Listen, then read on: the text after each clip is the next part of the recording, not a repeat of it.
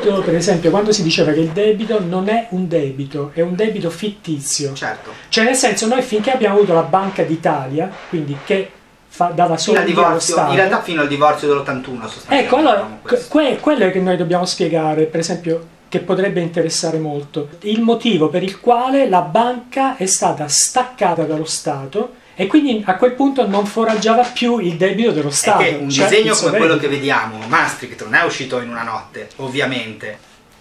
Erano già partiti così. Cioè il discorso del divorzio era stato fatto perché a quel punto, intanto cos'è il divorzio? Spieghiamolo, magari qualcuno non lo sa. Semplicemente fino all'81 cosa succedeva? Quando lo Stato, il Ministero del Tesoro, emetteva obbligazioni per finanziare la sua spesa pubblica fatta a deficit, cioè la parte non coperta dalle tasse, indiceva un'asta e la banca centrale garantiva l'acquisto di tutto ciò che non veniva comprato dai privati. Questo cosa comportava? I tassi rimanevano bassi. Allora c'erano spinte inflazionistiche vicino all'81 per la crisi del petrolio, lo shock petrolifero degli anni 70. Quindi l'inflazione si è impennata, però ovviamente il costo degli interessi sul debito era un differenziale tra inflazione e tasso reale. Se l'inflazione è al 10, il tasso reale è all'11, ti finanzi all'1. Se il giorno dopo l'inflazione va a 0 e ti tassi al 2, il debito raddoppia nel quota di interessi. Quindi a quel punto cosa hanno fatto? Sul discorso del problema dell'inflazione, che anche allora era una falsa emergenza, perché 40 anni dopo il petrolio ce l'abbiamo, è possibile che non c'era più 40 anni fa. Diciamo che è stata una discutibile. Insomma, d'altronde speculazione. È una speculazione, chiaramente, no? Comunque fatto sta che Andreatta con una semplice lettera, quindi non con un atto normativo, il ministro del Tesoro, dice facciamo sì che la Banca d'Italia non sia più obbligata a comprare il nostro debito. Ma così era la nostra morte, loro lo sapevano. Esattamente, perché così chiaramente a un mercato di speculatori cosa serve per alzare i tassi? Non compri tutto lo stock di debito, il tasso si alza e lo compri al passaggio successivo. Quindi l'Italia si comincia a finanziare a un differenziale più alto, l'inflazione effettivamente scende, perché ad esempio il ricorso a volte ai mercati serve proprio per contrastare spinte inflazionistiche, che può avere un senso, per carità, perché poi la politica monetaria devi usarla bene, no? Non farlo. Comunque sia, fatto sta che ci finanziamo a un costo più alto e il debito mi raddoppia in circa 10 anni. Ma era prevedibilissimo, quindi loro lo sapevano già. E arriviamo a Maastricht. Tra l'altro già in allora quell'esperimento famoso dello SME, quindi il primo cambio fisso sostanziale con minimi di oscillazione, che ci ha portato alla catastrofe. Tant'è vero che abbiamo avuto poi la famosa manovra Amato da 100.000 miliardi, eccetera, eccetera, con a inaugurazione delle privatizzazioni, prendiamo sui conti ratificate ex post. Che poi delle inaugurazioni interpretate in maniera anche molto ambigua, perché tu mi fai la liberalizzazione delle varie cose, quindi dei prodotti medicinali, di qualsiasi prodotto, però mi devi mettere anche un limite. Ma ci sono posizioni di monopolio che anche a livello strategico una nazione non può cedere. Tu pensa a uno Stato che decide di dipendere da un soggetto esterno, straniero, ma anche italiano, ma comunque privato, dagli stranieri, per l'approvvigionamento energetico. È assurdo. È uno Stato occupato, esattamente, perché chiaramente... Sì, perché se quello non ti dà più nulla, tu praticamente... un atto di guerra a quel punto tu non lo fai con i carri armati, ti compri l'azienda che dà l'energia a quel paese, gli tagli l'energia, quel paese è morto. Quindi è demenziale dal punto di vista della sovranità, tant'è vero che la nostra Costituzione prevedeva addirittura la possibilità dello Stato di espropriare, ovviamente, le aziende di interesse nazionale, a livello energetico, di monopolio, eccetera, salvo indennizzo, perché è una Costituzione liberale, ma prevedeva l'esproprio. Lo stesso libero mercato della nostra Costituzione è un libero mercato contemperato dall'interesse pubblico, cioè laddove l'interesse pubblico prevale il libero mercato si frena.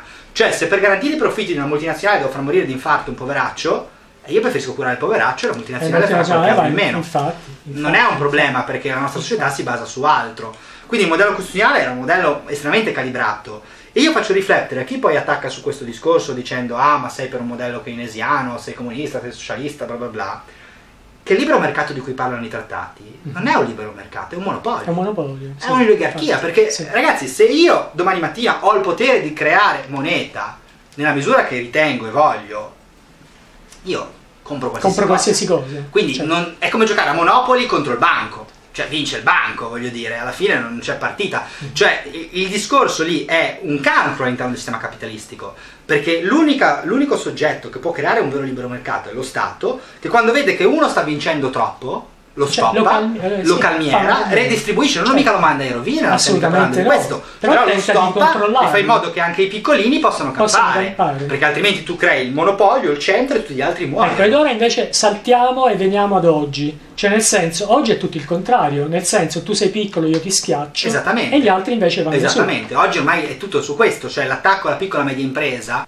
che stiamo vedendo, che è conseguenziale alle politiche economiche e monetarie, ovviamente è finalizzato che questi devono sparire tutti, perché poi devono arrivare i famosi investimenti esteri, che altro non sono che gruppi finanziari, generalmente addirittura creativi dal punto di vista della moneta, quindi sono proprio loro i proprietari, che arrivano e si prendono tutto.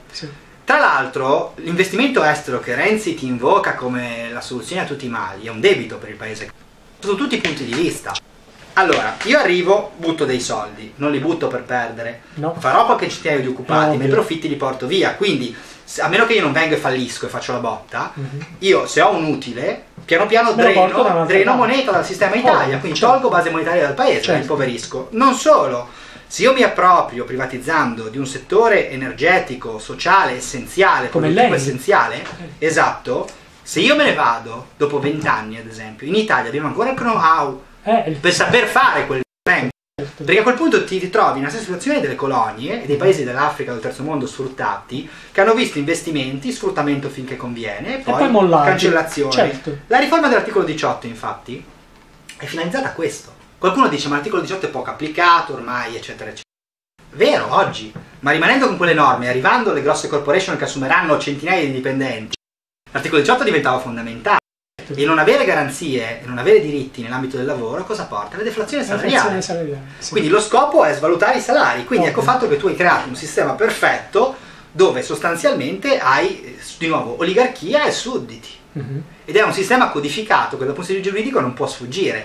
Per questo che io poi ho spinto nella direzione del penale, perché ovviamente è un disegno talmente preciso che non può essere frutto ovviamente di un caso, è decisamente qualcosa di studiato. E quando ho sentito dichiarazioni così evidenti ho detto signori, io non ho più paura a pubblicarlo su un sito, a dirlo pubblicamente, anzi io ho detto chiaramente denunciatemi, perché io pubblicando per integrare una denuncia penale così pesante, dove chiedo anche delle misure cautelari perché il reato è in itinere, quindi comunque sia ci sarebbe l'arresto in flagranza eventualmente, oppure la possibilità di dare una misura cautelare, lo dico pubblicamente, lo inserisco perché li invito a denunciarmi. Perché se li sto diffamando... No, ma loro secondo me non ti denunceranno mai, così come per esempio Renzi per esempio ha ritirato le denunce contro Rosenzi, proprio per non andare in visibilità da questo punto di vista. Tra l'altro su questo tipo di diffamazione, cioè dove attribuisco un fatto determinato costituente reato, la mia esimente non è neanche la veridicità del fatto, io dovrei ottenere qualcosa in più, dovrei proprio riuscire a mandarli a processo, a far aprire un procedimento a loro carico.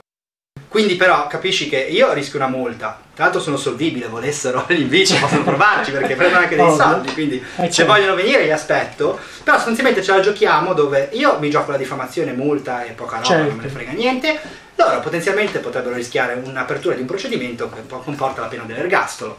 Se vogliono farsi questo giro, soprattutto Renzi, io non vedrei l'ora di poter fare. E allora ti faccio la domanda fatidica, dopo che la Corte Costituzionale, che diciamolo, è illegittima anch'essa.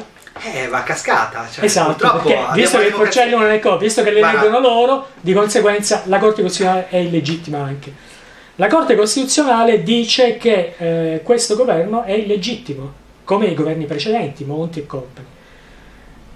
Perché Renzi non viene arrestato?